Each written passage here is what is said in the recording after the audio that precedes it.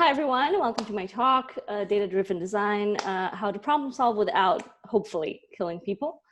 So I'm gonna share a little bit more about who I am, and then I'll go today and start covering kind of design process and strategy as I see it.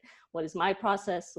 It's a process that is actually pretty commonly used in a lot of companies. And then I'll talk a little bit, I'll expand it into kind of how that turns into design thinking, which is a buzzword you may have heard, you may not have heard, but I'll give you kind of my perspective on it.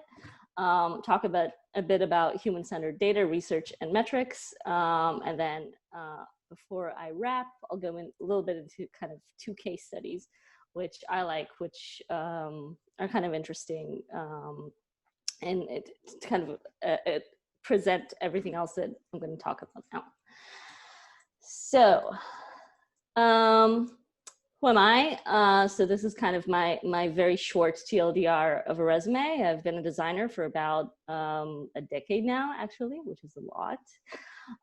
So I was born and raised in Israel. I started my career as a graphic designer with a visual communications degree. I worked in some major Israeli newspapers for a few years. And I was also a social activist. So in 2013, I moved to New York to get an MFA in design for social innovation, which is essentially applying design thinking in social impact contexts to kind of merge my design skill and background with my interest in social impact. Got to do a few cool projects, like I interned at the UN's Big Data for Development Lab. I did a project with the US Holocaust Memorial Museum, the Center for Prevention of Genocide. Did some projects, graduated, came back to Israel, worked in smart cities and ed tech for a bit as a product designer and kind of a generalist designer. Came back to New York for another summer at Huge Inc., which is a digital agency. Came back to Israel and practiced UX design for a while before joining Google, which has a growing office in Tel Aviv and in Haifa. And so I joined in 2017. I started out on the identity team, then transferred to a team dealing with working on growth and notifications internal tools. And about a year ago, actually November, I transitioned to be the UX lead for the crisis response team for Google. So what my team does now is we basically are responsible for delivering critical authoritative information, life-saving information in times of crisis via the Google platform, mostly search, but also on Maps and assisted in other Google surfaces. You can kind of see some highlights of our products, some products we've been working on the past year. So there's flood forecasting alerts, which we've launched in India and Bangladesh, and hopefully will scale. We have a collaboration with the Android team on early earthquake warnings. We were one of the core teams working on, and still currently working on, the experience that you get when you Google about COVID-19, the organized search results page that you see there. We work on wildfire alerts. So also recently we've launched a wildfire mapping feature on our alerts that was pretty helpful, as we've seen in the recent wildfires in the US. And we do a lot more, but this is kind of just a taste. And that's pretty much for now about my Google work. Maybe if anyone's interested, you can ask me a little bit about it later. But from here, I kind of want to kind of span out and go into my design process and strategy.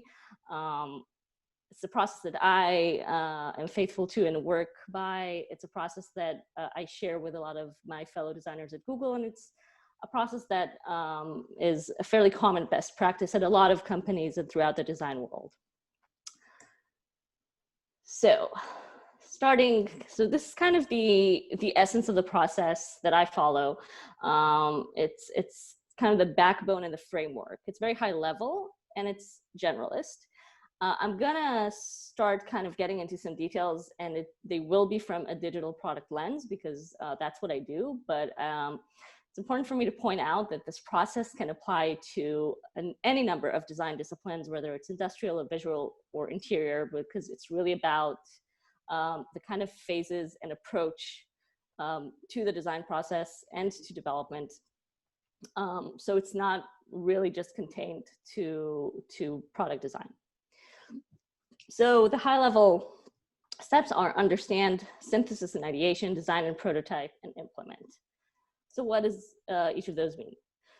So usually we kick off with the understand or exploration phase or the discovery phase. And it's really about kind of understanding the problem space, learning, listening, collecting information, getting as immersed as possible in everything that we need to know. Who is our audience? Who are our users? What is the landscape in which we are operating? What are needs? What are pain points? This is kind of about collecting everything that we need to collect to get going. And some sample activities from product design, for example, it's foundational research, which could be interviews and surveys and observations and so forth, product audits, affinity and empathy mapping, which are ways of looking at data that we have about users, about relationships between stakeholders, and mapping those out. How might we's, which is kind of about defining some problem statements. Jobs to be done, and many more. These are really just a sample, and there is a world of activities and methods that can be used throughout the process. So once we've done all this, we've collected a lot of information, we've enriched ourselves in a lot of data. Oh, wait. I forgot a small important issue. So what are the risks if we kind of jump over this phase and if we don't go through this process of understanding and learning and collecting all this information? Why is this valuable? So if we don't really invest time and effort in understanding the landscape and the problem space, so we might end up generating a product that is very highly influenced by our own personal biases, not representative of our audiences and our user population, but rather guided by our own personal internal thinking. We could miss a lot of opportunities to identify gaps in our concepts and our ideas and to address those. And we can end up with something that just doesn't address the key user needs and pain points, which can lead to a failure of the entire effort, the entire project, because if we're not meeting real user needs and answering and providing solutions to real problems for users, users are just gonna abandon and not use our products. So this is why this is such a crucial, critical phase to do properly and invest the time, invest the effort. It's not easy, but it can definitely kind of set the pace for the entire product and really kind of set the tone for what happens at the end. So yes, after we've gone through that, through the understanding phase and collected all the information, it's time to synthesize and ideate based on that information. Identify what is the real problem that we want to solve out of everything that we've learned. How do we frame it? What are the key attributes? What are the requirements for our solution? The priorities, how we brainstorm different ways and approaches that we can meet those needs, that we could build solutions. We try to explore a lot of different ways and approaches and concepts, each having their own trade-offs. So the way that we could do this is, so sample activities for that is design sprints. If you've heard, that's a very commonly used method at Google for kind of solving critical business and product problems at a very short time. Ideation and brainstorming workshops, participatory design, which is about co-designing with users, co-designing with our audience. It helps us kind of gain that diverse perspective in our own in our product definition. Product strategy canvas, journey mapping, service blueprints. So again, this is just a short sample of all the different activities that that we could use to go through this phase. And what happens if we kind of rush over this or jump over this and skip this phase? So again, our ideation could be very one-dimensional. It could be a single idea that has multiple blind spots, that our own blind spots projected into the product that we just did not identify. We might find ourselves attempting to solve too many things at once and then spreading ourselves and our solution too thin. And we could end up with a loss of buy-in, both from stakeholders, both from our audience, and with an understanding of what it is that we're doing. We could essentially lose a lot of focus. So once we have those preliminary ideas and we've brainstormed and we have our directions and our requirements, we go into design and prototyping, which is really about drafting and then validating our hypothesis and learning from the outcomes and the results. So it's kind of about converging on our best bets and our best directions, getting into the detail of the design itself, coming up with hypotheses, and then testing those hypotheses and seeing if we can validate or invalidate them. And this allows us to have this, these proofs of concepts that we can move forward and build from in an informed fashion. So it's high fidelity designs and prototypes. Could be lo-fi prototypes, could be really interactive prototypes to really give you a sense of what the product is like. Proofs of concept, rapid design and usability studies, that we do these iterations of we come up with a design, we quickly test it, come back, iterate based on the feedback that we got, and do this in several cycles. It could be experiments, which you may have heard of, are very common in tech, to experiment like between different versions and colors and fonts and reactions and interactions. So again, just a sample. And ideally, once we've, if we don't do this phase, we miss out on a lot of opportunities to kind of fail cheap. We might find ourselves spending a lot of valuable resources on ideas that are not well fleshed out, that are not baked enough, that are not validated. So design and prototyping and testing gives us a lot of room to kind of fail fast and improve before we really put in the big effort on developing the actual product and the final product that we're going to put out there. And so assuming that we've designed and prototyped and we've come up with a proposal that is really based on a lot of information and testing and iterations, and it's really fleshed out, then we start implementing. So building and launching and landing, this is kind of probably a given. So it's coding or building or constructing. It's launching and then it's landing. Landing is really about seeing what happens over time to this kind of new product or feature that we've put out into the world. It's analytics, it's collecting the feedback, seeing what we have to improve. And landing is kind of when you get to that point that the product is in frequent use, in regular use, and is successful. So what happens if you don't actually get to the implementation phase, or you don't go through it? So that's pretty self-explanatory. You just don't have a product. You may have wasted a lot of resources and never got the ROI on it. From the user perspective, of course, it does mean that needs might go unmet.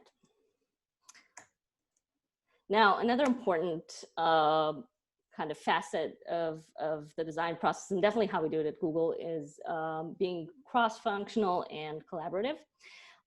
So ideally, teams, like the core teams, are usually kind of made up of the core functions of UX engineers, product managers. It could be a lot more than that, depending on the use case. You could have marketers, legal, and crisis response are partnership managers, which are the people that are in touch with our partners, our data partners, which are the authoritative sources. Usually it's governments.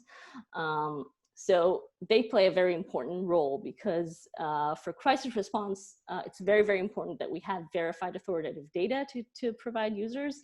And so when we're developing something, our partnerships managers, for example, they're a very critical part of the process.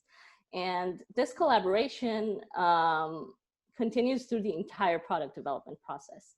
We try to work horizontally, and we each kind of bring our own lens to the table, and we have ownership of a domain, but all of the relevant functions, we work together throughout all of the design and development processes and phases. And that's really important because it allows everybody to keep bringing in their different lenses as we're building, as we're developing, as we're ideating.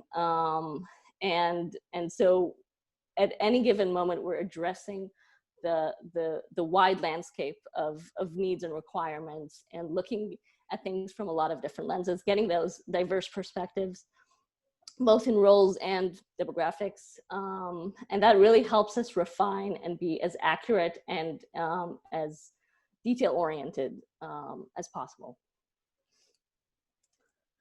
Now, one other thing that's important about this design process that I've shown so far is that we work in iterations. It's an iterative design and development process.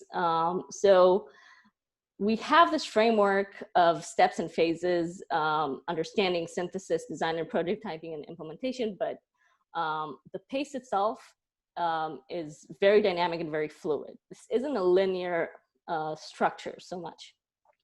And and how we move between these steps, we can go back and forth. We can repeat ourselves several times within this kind of main framework of a process.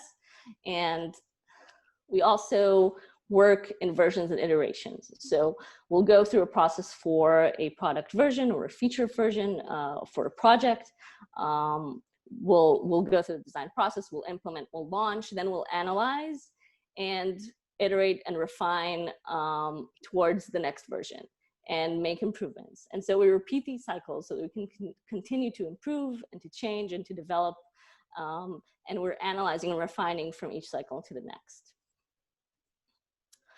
So that was kind of an intro to our design process, my design process, and how we work.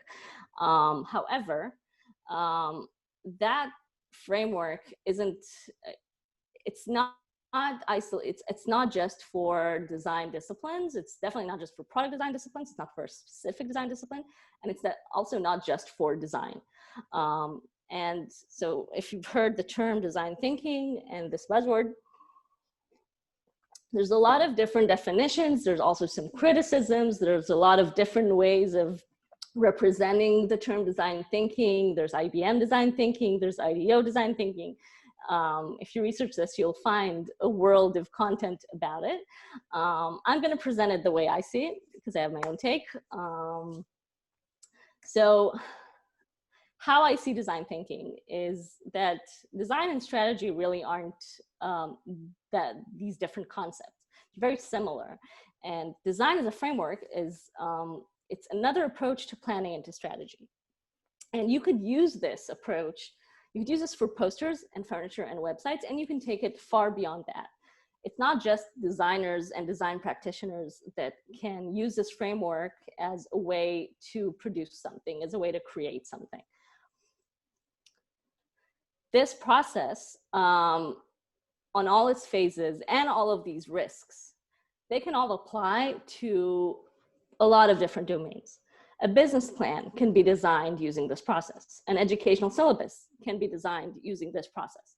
A healthcare system could be designed using this process. All of these, systems, business plans, educational syllabuses, all these are actual products of someone's design work.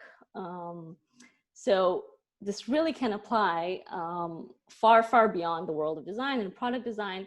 And that to me is what design thinking is essentially about. It's about taking this process, treating it as an approach and a philosophy or a mindset, and applying it as a way to get all these benefits, avoid all these risks when coming up with an outcome for anything that you'd like. Now, I'm gonna focus a little bit about this distinction between business thinking and design thinking, which is, a lot of the times when people talk about design thinking and when it's explained, it's kind of compared to business thinking, and it's in relation to the business world. So again, I don't think that design thinking applies just to business. But often this distinction is kind of made that business thinking is this kind of old school, rigid approach, and design thinking is kind of this open, iterative, empathic way of doing things. And so first of all, I don't agree with this distinction, because I think that design processes are usually in the context of business interests, and they're part of serving business interests. So they are essentially part of the business process. And again, I also don't think that design thinking is just important in the context of business. I see it as kind of a problem-solving process that could just apply across a lot of domains. And how I frame it is that traditional problem solving is indeed about this kind of linear, minimal, straightforward process of having a problem and a solution. And holistic, human-centered problem solving, aka design thinking, is about getting a lot more granular about what these processes mean. And this could be in business or design or anything else. So this is about defining the problem with an understanding of the problem space, the landscape, the stakeholders, the audience, employing empathy throughout the entire process.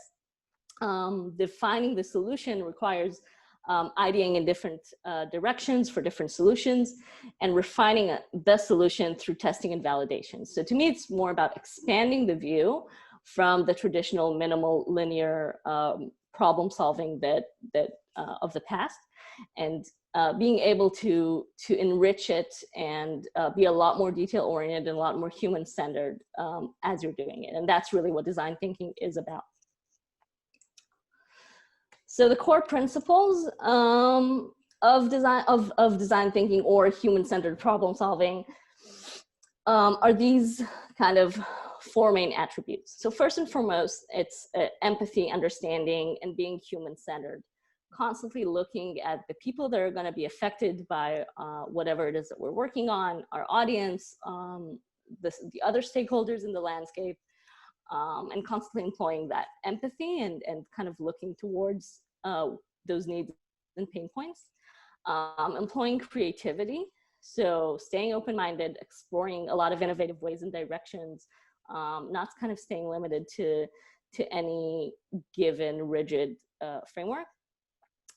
Employing a lot of trial and error and trying out things, experimenting, getting feedback, learning from it, and then iterating.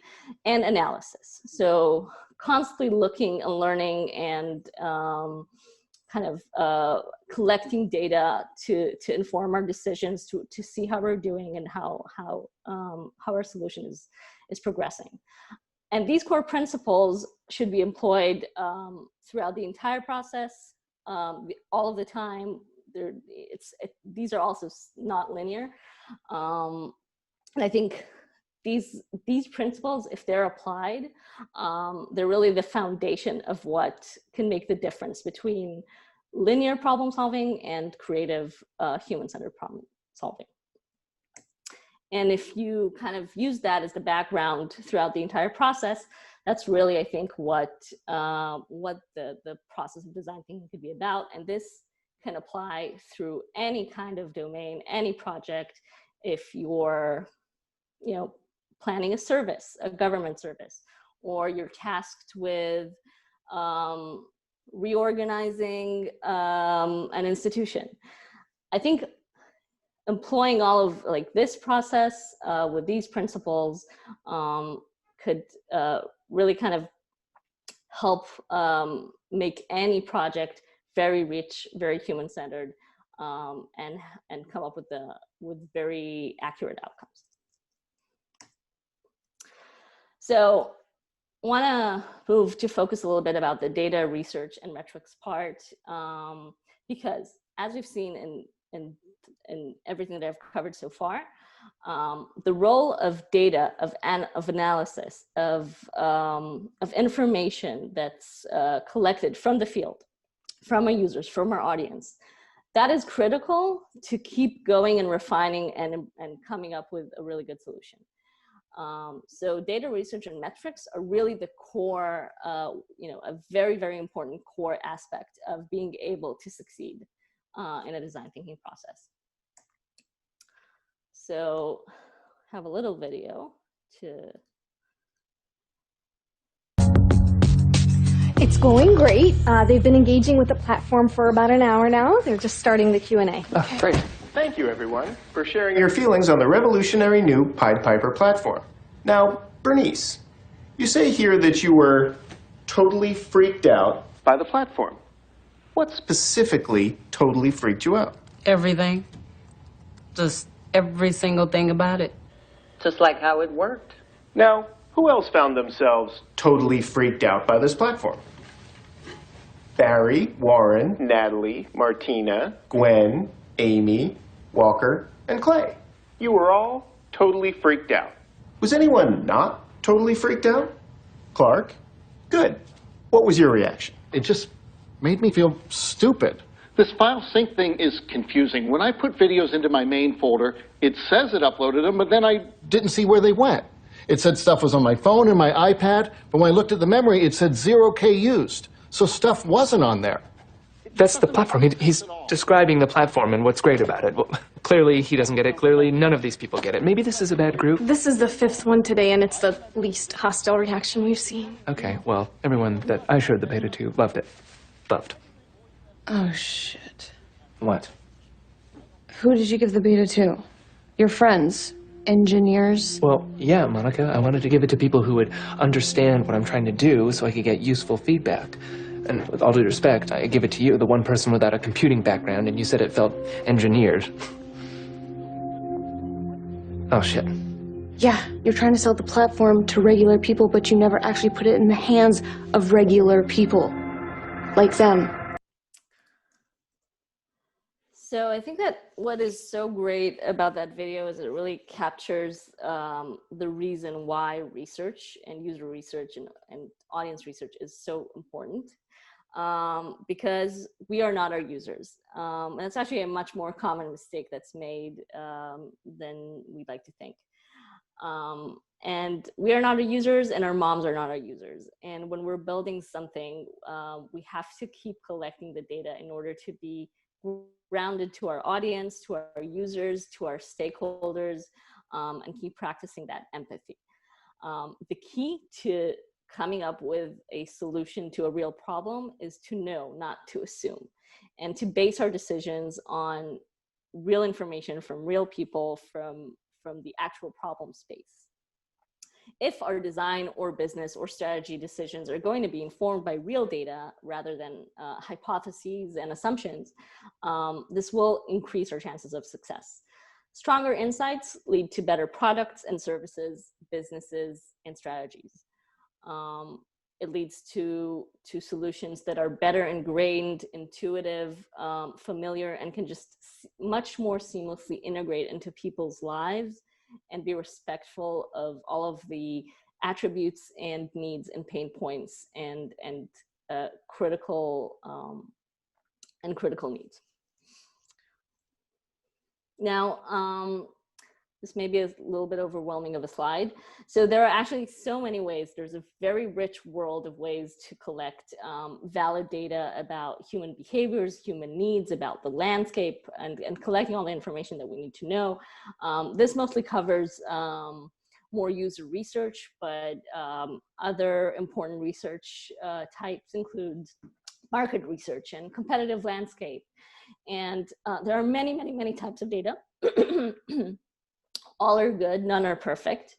And because design thinking and design processes are about being holistic and detail-oriented and kind of taking into a lot of different aspects and lenses and perspectives, and striking that balance between all of this, an ideal research strategy would aim to collect a lot of different types of these data, come up with a rich set of data points that can be cross-referenced and kind of show us a lot of different aspects and perspectives from which we can construct a complete picture. at any given moment, it's ideal to employ a lot of different methods for collecting the research and for synthesizing it. And some types of data that we can see here. So there's qualitative data and there's quantitative data. Quantitative is usually about kind of understanding patterns at scale. Qualitative data is what tells us intents, whys. It shows us the reasons and the thinking behind why people act a certain way or need something. So there's intent versus action. Action or quantitative data is more about what people are doing. There's a lot of, there's kind of guided research that we can do, and there's unmoderated. Guided research helps us kind of drill down into a lot of details and direct and navigate the research. Unmoderated gives us a view of how people are kind of in the wild. It gives us very natural responses. So again, ideally, at any given moment, we would try to come up with a mix of methods to kind of give us and highlight different details and different parts of the kind of information that we're looking for. Now, research can be explained on kind of a lot of different spectrums. Throughout the product development, the design process, we have this spectrum between the problem space and the solution space. So exploratory and foundational research is usually kind of what we start with. It's used to map the problem space, to understand the audience. Generative and iterative research is used to identify design opportunities and kind of start honing and refining our designs. And evaluative research is what's used to evaluate the solutions that we've come up with. Are they working? Now, again, this should be a parallel track throughout the entire design process. Constantly informing our decisions and our work with the collection and the synthesis of data is very, very important to making those informed decisions and make sure that we're constantly rooted in real information and real feedback. So how do we approach coming up with the research? What is important to note? So usually we start with the research questions. What are our hypotheses and our assumptions, and where are our knowledge gaps? What do we need to know in order to move forward? What are the key scenarios that apply to whatever it is that we're building or designing or strategizing about? Those are the scenarios that we're gonna need to evaluate and understand and test on. What is gonna be the best method in order to collect and capture the specific type of data that we're looking for? The research questions are going to be what determines the methodology we choose, because collecting bad data is a lot worse than having no data at all. It could pivot our product and our solution or our strategy in a completely different direction than the one that we would actually intended, and far from the goal of actually meeting real needs. And another important thing that we should be noticing or kind of taking into account is what biases should we account for. The data set should reflect, the data set that we end up with should reflect the audience that we're going to be designing for, that we're building for. So we need to notice if, is our data going to be biased? Are we making sure that everybody's represented, that everybody that we need to hear from is represented? Are we making sure that we're looking at all of the different domains and data points that we need in order to make the most important informed decisions? So this is all about kind of coming up with that initial plan and scoping out and coming up with our approach to the research. So, and once we have collected that data and we have the research and we have the materials and we have all of that, it's time to synthesize it. It's time to look at it and see what new things have we learned? What is the meaning and the importance of all this data that we've collected? What is the story that it's telling us? Have our questions been answered? Are there new things that we learned that we didn't account for earlier? Are hypotheses validated or not? And mostly, how does all this new information inform our plans? Does it strengthen it? Does it kind of point us in a new direction? Another important thing is once we have the research and we have the data and we've synthesized it and we have this kind of we have our directions of concepts, is to define our goals and our success metrics. And this is something that, again, should accompany us as we're building and designing, as we're creating, as we're launching, it's something to constantly evaluate ourselves against. And we should, and this is really about asking ourselves, what are the goals with regards to the problem that we're trying to solve? Are our goals centered on our audience or ourselves? Sometimes the business goals of the company aren't necessarily the goals of the user. That's something to evaluate and to examine. In a human-centered process, we need to make sure that our goals are focused on real problems for our audiences, for our users. So another important thing is, how will we know that we've succeeded in achieving those goals? That's really the idea behind defining success metrics. We have to be able to quantify and to understand what is our status? What is our progress? Are we really achieving what we set out to achieve?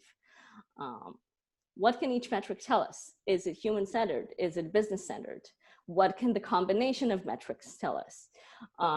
Different metrics can indicate different parts of the response, different parts of the solution. The combination of metrics helps us get a more complete picture and evaluate our goals and our solutions. How will we track these? Are we tracking our metrics in a way that we can draw quality data that is statistically significant, that enables us to really be confident in the insights that we draw and the findings that we come up with? What are the metrics not telling us? So that's another important aspect. Metrics can tell us a variety of things, but they won't necessarily be telling us the complete picture and the kind of information that we're looking for. Sometimes metrics could actually be indicating harm, not success. That's something that we need to take a kind of a very close look at. So just as an example of what harm could look like, maybe a business has redesigned its website and we see that after the design, people are reaching out less to customer support. That sounds like a positive metric, right? It sounds like, hey, people don't need help so much, usability is improved, people are finding their way. But in fact, it could also mean that there's a design flaw and that customer support has just been made a lot less discoverable. So it's not that people need help less, they just can't find the channel to get help and to reach out to customer support. So it's very important to kind of be careful about our metrics and be very mindful of what they are saying and what they aren't saying. A lot of users aren't necessarily the most accurate metric of success. Daily active users, not always, not necessarily the most accurate metric of success. Revenue, not necessarily the most accurate metric of success. We really have to be mindful about how we're matching the success metrics to the problem that we were trying to solve and to those goals, and look at whether those metrics are telling the right story. Okay, so I have about 15 minutes left. So now I kind of I have these two case studies that I want to stress test this massive amount of information that I've thrown at you. And these are two case studies that I really like. One of them is from the world of aviation. One of them is from healthcare. And it's two very different approaches that I want to juxtaposition. So first case study is the Boeing 737 MAX. I'm going to assume that this is a story that a lot of people have heard about. It's been on the news a lot.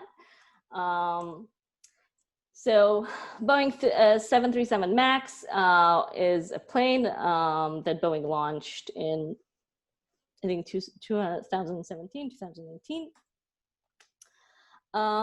What was the problem statement behind creating this new product, launching this plane, this new model of a plane? So the problem statement behind this, this case study was purely a business problem. How might we compete with Airbus's new fuel-efficient airplanes while saving time and money? This was the reasoning that led to the 737 MAX project. So again, purely business. What was the solution that Boeing came up with? So Boeing decided that instead of building a new plane, they're going to use an existing plane model that they have, the 737. It was a very successful model. They're going to make some structural changes to it so that it becomes more fuel efficient and so meets that business goal. The reason they did this is because they decided that repurposing and kind of making changes to an existing plane model would be helpful in kind of reducing some of the cost of training, because when you create a completely new plane, you have to run all these training programs. It's going to cut a lot of bureaucracy and generally would just allow faster production.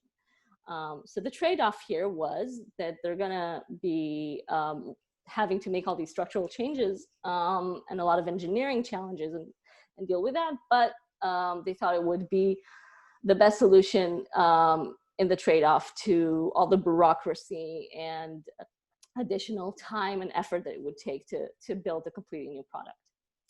So Boeing went ahead with the strategy. They increased production capacity, made a lot of iterations throughout the way, put in a lot of effort, and it took them, I think, about 4 years to ship the first 737 MAXs. And what were their success metrics? So first and foremost, fuel efficiency. The goal was to come up with a plane that could compete with other planes on the market that were a lot more efficient, and be able to launch it in time, to launch in time quickly so that they don't lose their market edge. And throughout the process, what kind of methods and evaluation and testing did Boeing employ? So they did a lot of performance tests and flight tests and aerodynamic tests and tested sensor accuracies and got a lot of feedback from the FAA. They did rounds and rounds and rounds of performance and iterations and testing on the plane itself to see if it's actually, meeting those goals, reaching the speed and the efficiency, the safety protocols, a lot of test flights. They did a lot of testing. And what ended up happening once they launched the plane, they did see that in May 2017 they launched the first plane, and they sold throughout 2018 about 130 planes, and they did indeed meet their goal. They had an efficiency increased by 15%, which is exactly what they were aiming for.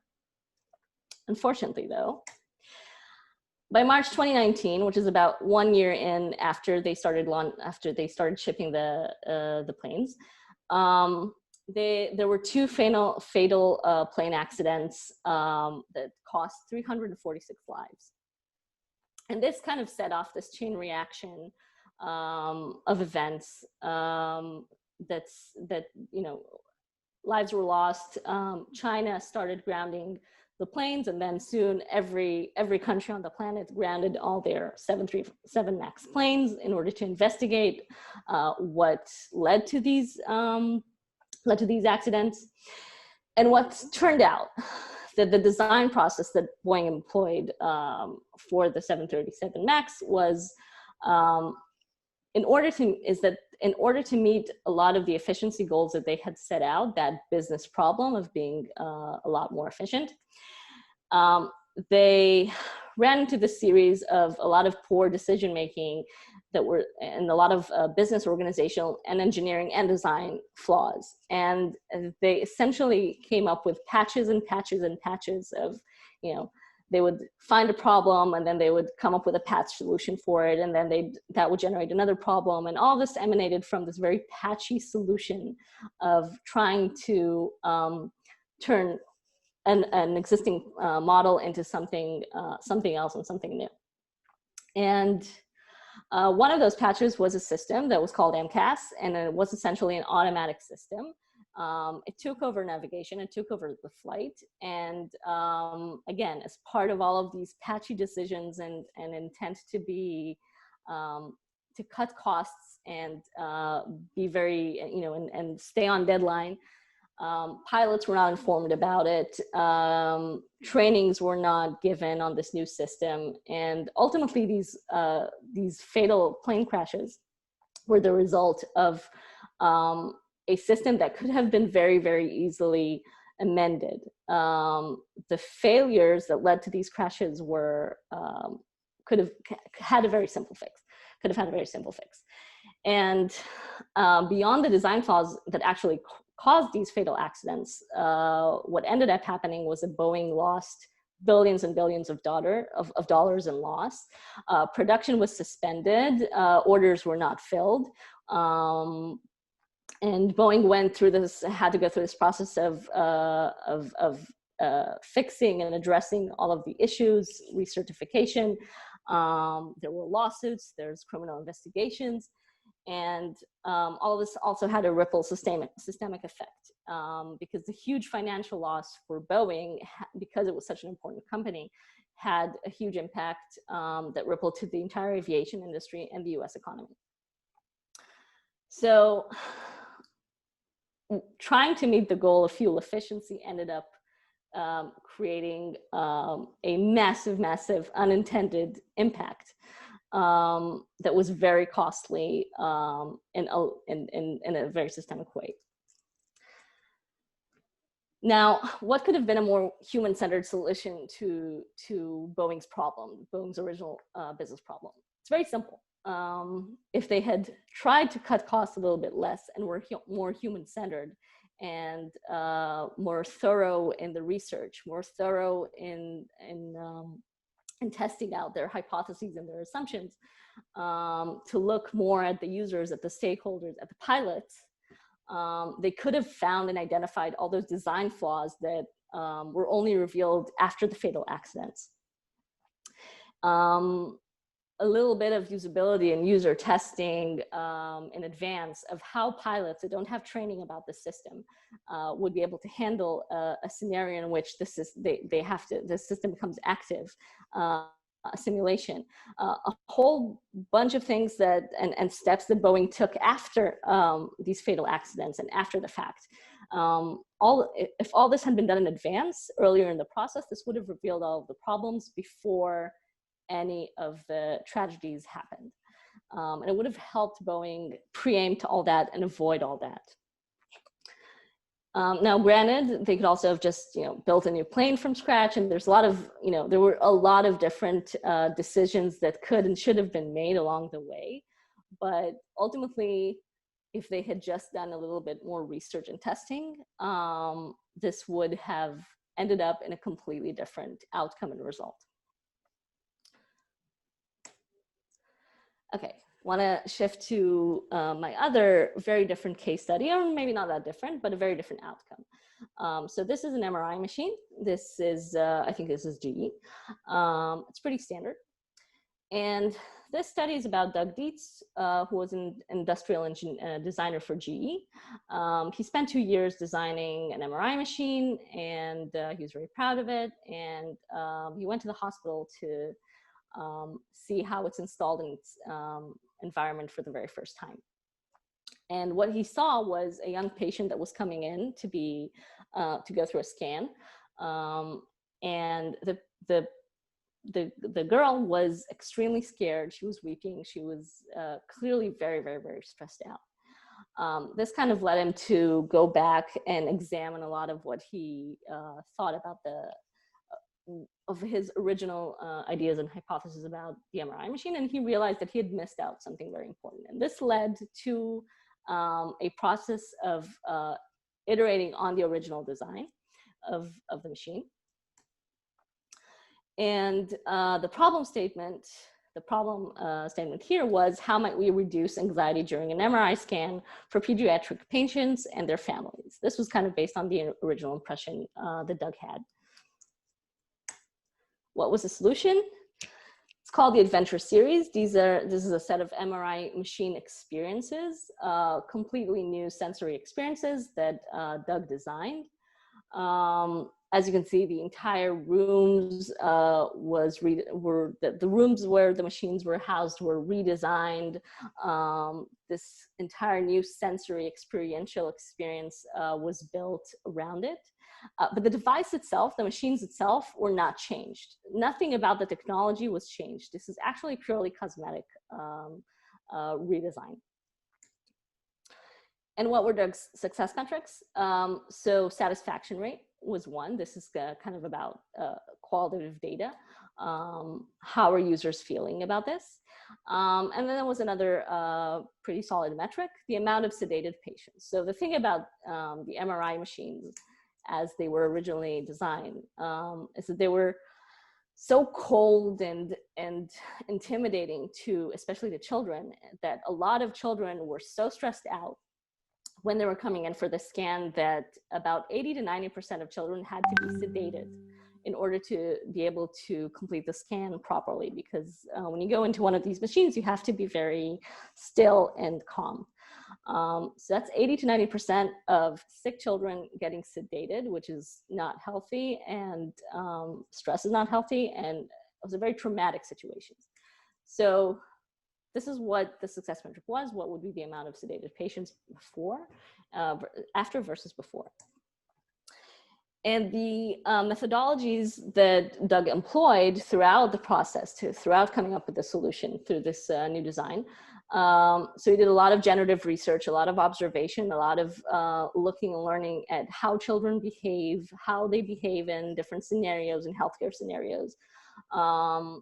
He also employed participatory design. He actually invited children to help design and ideate and brainstorm. And of course, they did user testing with prototypes. And the end result was, per the success metrics, patient satisfaction scores went up to 90%. The amount of sedated children went down to less than 1%. And this also led to faster MRI scans, which led to shorter wait for scans, less dependencies on anesthesiologists, and a lot of improvements to productivity overall. And another interesting thing is that, so Doug Dietz had a TED Talk about this, and he said that he actually didn't really count the quantitative metrics. His success metric was, is the family's conversation in the car going home from the scan going to be different after getting to use this new design? And it's interesting because I mean, I don't know how much it costs to go through the process of the new designs of the Adventure series, but I'm assuming that because it was cosmetic, because there were they didn't touch the machines themselves and everything was external, that it probably didn't cost a lot of money to produce, and surely didn't end up being very problematic as far as the cost, the financial cost. So on a closing note, because I talked a lot until now, so the idea behind design thinking is finding that balance and finding that that mix between feeling and intuition and empathy and emotion, and employing that in your process, while also being rational and analytical and pragmatic. And that's really kind of the soft spot for coming up with a really accurate product that is successful, that meets user needs, is somewhere in between. So, and I do want to say, like, design thinking is not a magic bullet. A lot of the criticism that I've heard about it is, and seen about it is very valid. And I do encourage everybody to read through the criticism. But my personal perspective on it is that it's about cases where the approach was misunderstood and misused. And it should, when design thinking is treated as kind of this checklist of exercises that you need to go through, that's where it fails. it's not a rigid process. It's not a linear process. It should be viewed as a mindset and an approach, something that's fluid, something that's dynamic, and that's focused on keeping in mind the importance of empathy, being empathy driven, being problem driven, being data driven, and being creative. And that's really the essence of design thinking and what is the key to success. And it should be flexible and adapted to a variety of use cases. Okay. And that's pretty much it. Whew. Hello, yeah, thank you so much, Liora. That makes a lot of, well, that was a really in-depth, thorough talk, and I really appreciate it. You know, I'm, like Gay said, she just said, we're open to questions, and, you know, maybe I could start it off. I had a question of my own. And I was actually interested about the ideation stage when you're moving from looking at like empathy between users and then turning it into generating ideas and then turning it into like a product. How, like, what angles do you generally look at this from? Like, what potential angles can the solution go drive from? So that really kind of, it's a derivative of the problem statement and the problem space. I mean, again, I'm a product designer, so I'm mostly confined to, right now, to the medium of screens and digital products, but I actually try to, again, it really depends on the problem. I think the beauty of design thinking, wait, I'm gonna stop sharing this. I think the beauty of design thinking is that the solution has to be derived from the problem and match the problem. So you start out with kind of really understanding where the need is, and then you draw the solution out of that. So it could go any way. For example, I mean, you could end up understanding that the leverage point, the best leverage point is in, I don't know, doing some kind of reorganization of a department or a team. It could be a whole new service. It could be, which is where service design comes in. It could be a communication strategy or a campaign. I think, like, I've read, I think there's a use case I've heard about in Denmark in which sort of helping, there was a service for, there was a welfare service for providing elderly citizens with meals. They went through the design thinking process and they ended up addressing a lot of different, finding a lot of different ways of kind of making these improvements, and the solution was made up of both completely new practices of hiring and treating the staff and the people that would make the food, and getting them benefits and better better conditions. And they completely overhauled the actual recipes. They went through an entire culinary process. So it really, really depends on what's the problem that you're coming from and that you're trying to solve.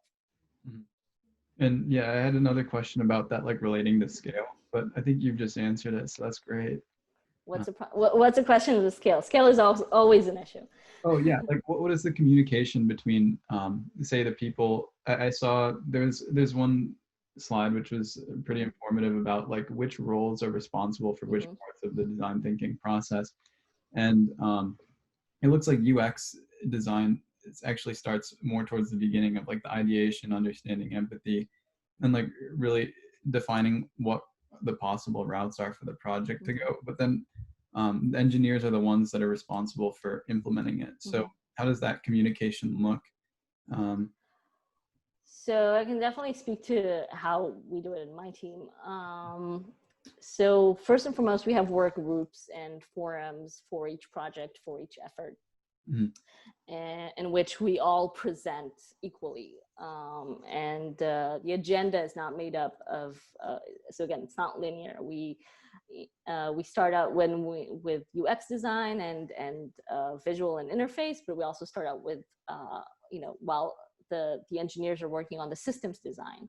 And we're constantly sharing and meeting and discussing and providing input, everybody based on their own capabilities, of course, about everybody else's work. So at any given moment, I'm informed and involved in what my product manager is doing, what the engineers are working on, and they're involved in what I'm working on. And we're constantly kind of building this out as we're iterating and refining. Each of us in our own domains, but we're constantly in open communication and sharing and getting feedback from other stakeholders, from other roles. And I think, like, honestly, like, that's it's been very, very important, very, very valuable to uncovering a lot of gaps and a lot of kind of blind spots that each of us have. Yeah, that's good to hear, because I know we have a lot of teams which are composed of technical and non-technical founders. I was just interested to see, well, it was interesting to hear how they might interact. Looks like I get some of, like, really good UX feedback from engineers in Google, I have to say. Like, they're very user-centered, so they point out things that I miss out and don't think of myself. They've pointed out some really important things as we were developing various features. So that's like a very healthy thing to hear out of teams, it sounds like. Let's see, we have a question here. It says, can you go more in depth about how the last quote had to do with solving problems / making it harder to do so? Well, the last quote is really about, I mean, to me, it's about explaining the essence of design thinking, about being that middle ground. It's about not being too, I mean, he's represented, it's about having that combination of approaches, not the traditional way of sort of old school problem solving, which was very rational and very kind of siloed, and also not being too reliant on pure intuition and pure creative concepts and being too artistic about it. It's about combining those two worlds and those two approaches in order to really be able to solve problems. Because I think, like, the idea behind Tim's quote and statement is that that is what makes problem solving easier. If you're flexible and you're balancing out those different approaches and different aspects. I hope that answered. I don't know. It really connected it for me when you said, well, when you showed both of them on the same screen, and you said, like, well, actually, you know, I think it's more of a combination of the two, because design thinking is driven by business decisions and business oriented things. I had, like, one more question here, and, you know, it was like, how do you personally remember pain points about users for, like, a problem that you're solving? Like, do you write them down? And, like, how do you build, like, a profile for people that you're trying to accommodate? So there's a lot of different ways of mapping and kind of giving form and presence to user needs and user and pain points. Empathy mapping is a pretty common methodology. It's really just a way of capturing, you sort of synthesize all of the information, then you capture the high level insights and highlights the summary of what comes out of the data and what you're learning from the data, and pain points, attributes, and so forth. There's a lot of different ways I can actually, like, send out. I have a bunch of links for, like, method, toolkits and that are full of methodologies that I can send out if you want. I can send it to you and you can forward to everybody. For me, I think, so we have artifacts for everything. I have decks and mocks and design files, and user research is always presented in reports and summaries, and I always reference those as I'm working, and I cross-reference, and I and I draw out the important highlights of these artifacts that I've been given. And I put them in my designs as kind of a background. So it's about immersing yourself, I think. The more that you immerse yourself with the data and the information and the knowledge, the easier it is to keep those key pain points in mind. Got it. Well, that's definitely something that I'll try and do moving forward when I'm working on projects. And, I think I speak for everybody when I say that they would do the same. I want to say thank you for agreeing to come and give this presentation. I think it'll really help impact a lot of people. We're going to be distributing this recording later. And, I think the presentation itself, like I mentioned, was super thorough and really covered, it really covered what being design thinking is and what it means to be data driven. Great. Well, I'll be happy to share those links, like if anybody wants to start experimenting with this on their own and seeing how this adapts to your own processes and projects. I mean, and I will say I've seen design thinking kits for education for teachers when they're coming up with education plans. I've seen this start to be used and implemented in so many different fields. So I think like it really can apply to just about any effort that anyone is working on. So I'll be happy to share more.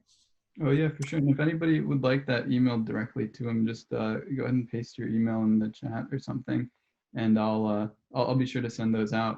I'll send them to you, and you can like forward to whoever asks. Yeah, for sure. Yeah, with that, I think that's going to conclude. Is there any place that people can go to support you or your work? I don't know. I feel fairly well supported, I think. Okay. I mean, I will encourage everybody to, if you're using Google products, send feedback, participate in user research. We're always looking for participants in the research to hear more. As you've seen, I think I was participating in user research. Give us that information that I think I was pretty obvious about how much we're looking for it. Yeah, that's pretty much it. Awesome. Well, thank you again. And I hope that everybody has a really wonderful day. You too. Thank you. Thank you for having me. Oh, yes, of course.